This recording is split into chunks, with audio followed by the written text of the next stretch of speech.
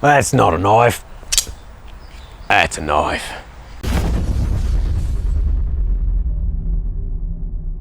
Today we're going to review the Gomboy Silky or Silky Gomboy, made in Japan, M35A vegetative saw. Really, I'm just going to work out here. Let's see, this says 210 professional something another, Silky Gomboy 210.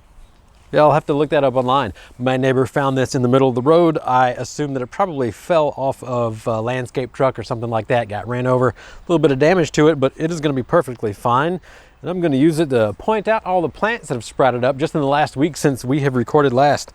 So I've been trying to get rid of a little bit of the weeds. When there's nothing else growing, I don't always pull the weeds because it just promotes more weeds to go in until something else is ready to take its place.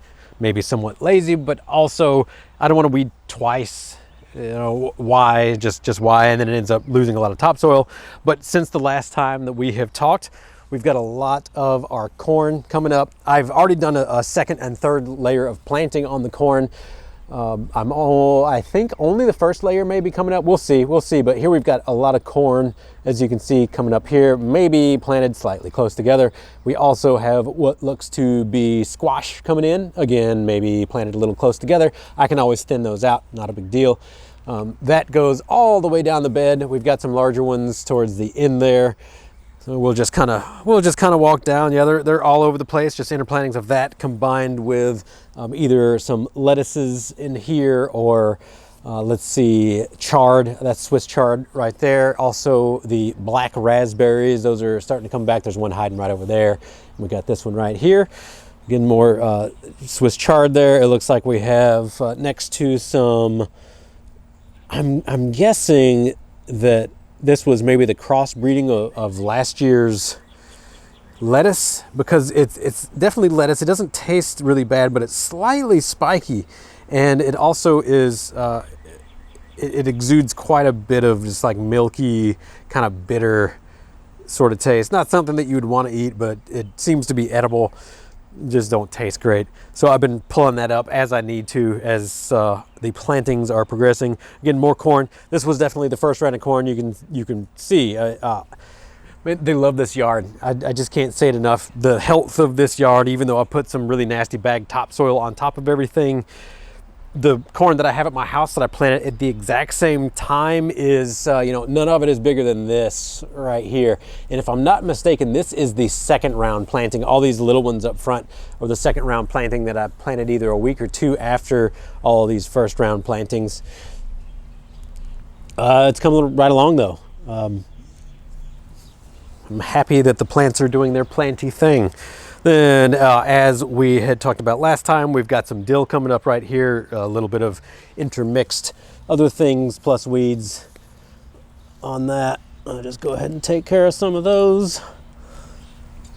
Little lettuce, and so far it looks like the honeyberries are doing pretty good. They haven't been scorched yet, but I'm hoping that as this corn grows up in the summertime that this will be shaded. Got some more comfrey coming up. This is that nitrogen fixer and nutrient collector I've been telling you about. And what I'll do is just start kind of pushing this down as it gets a little taller so that more sprouts can come up. Let's see. Everything's just kind of coming along. Oh, even that tree right in front of where you passed. Yeah, we've got the sprouts finally coming out. It looks like the apical end, it's not extremely dominant right now. I may need to pull these off, and if I'm going to pull these off come a few weeks from now, what I'll do is I'll try to root them as well. Most of these have a wild root stock on them. Pretty much everything that I looked at had a wild root stock, and then they it's more drought tolerant, etc., etc. It doesn't produce the best fruits. It's kind of a small apple-ish thing that's relatively sour, which I love. I did have one of the wild ones planted out there that I could hopefully use for rootstock down the road, but it didn't survive. So yeah, if this ever comes up with suckers or water shoots, whatever you want to call them in your neck of the woods, let me know.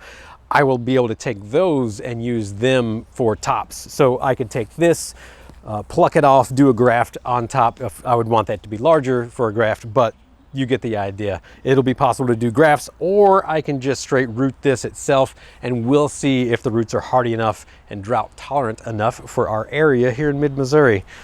Oh, I've put more stuff in here, but at this point we're just kind of waiting for the succession of one group of plants into the next, and part of that is going to be taking out kale. I noticed some cabbage worms in here the other day, particularly on this plant. Let's see, yeah, they've started eating up in there. I'm not sure if the worms are still around, or they may have all gotten picked off by the birds. They're the perfect shade of green though to hide on this particular kale, but it's getting, you know, it's getting leggy.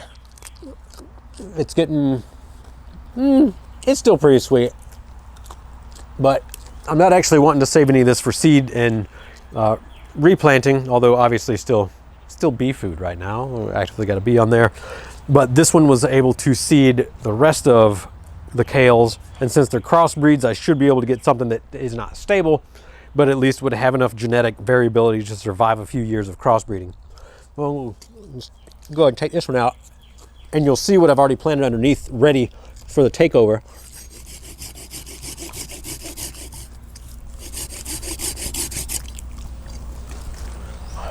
There we go. This is a pretty hefty plant. It's got some weight to it. And I'll just chop this into smaller sections. Covered in ants now. Oh, those aren't ants. Yeah, I'll just cut this into smaller sections later and put it in the compost. There we go. So the succession that I was talking about, we already have corn that was right there that just went from being in full shade to being out in the open. I'm not sure if that is a bad invasive or not. I'll have to watch that for a couple of days. I don't want to pull it yet. And then a little bit more of this prickly lettuce. We'll just pull that out. Yep, give some room for the new stuff. And some lettuce. Lettuce coming over here. Got some lettuce coming in. Yeah, everything's doing its job. We've got a little more weeds in here. But it looks like the succession is gonna be successful. We'll find out.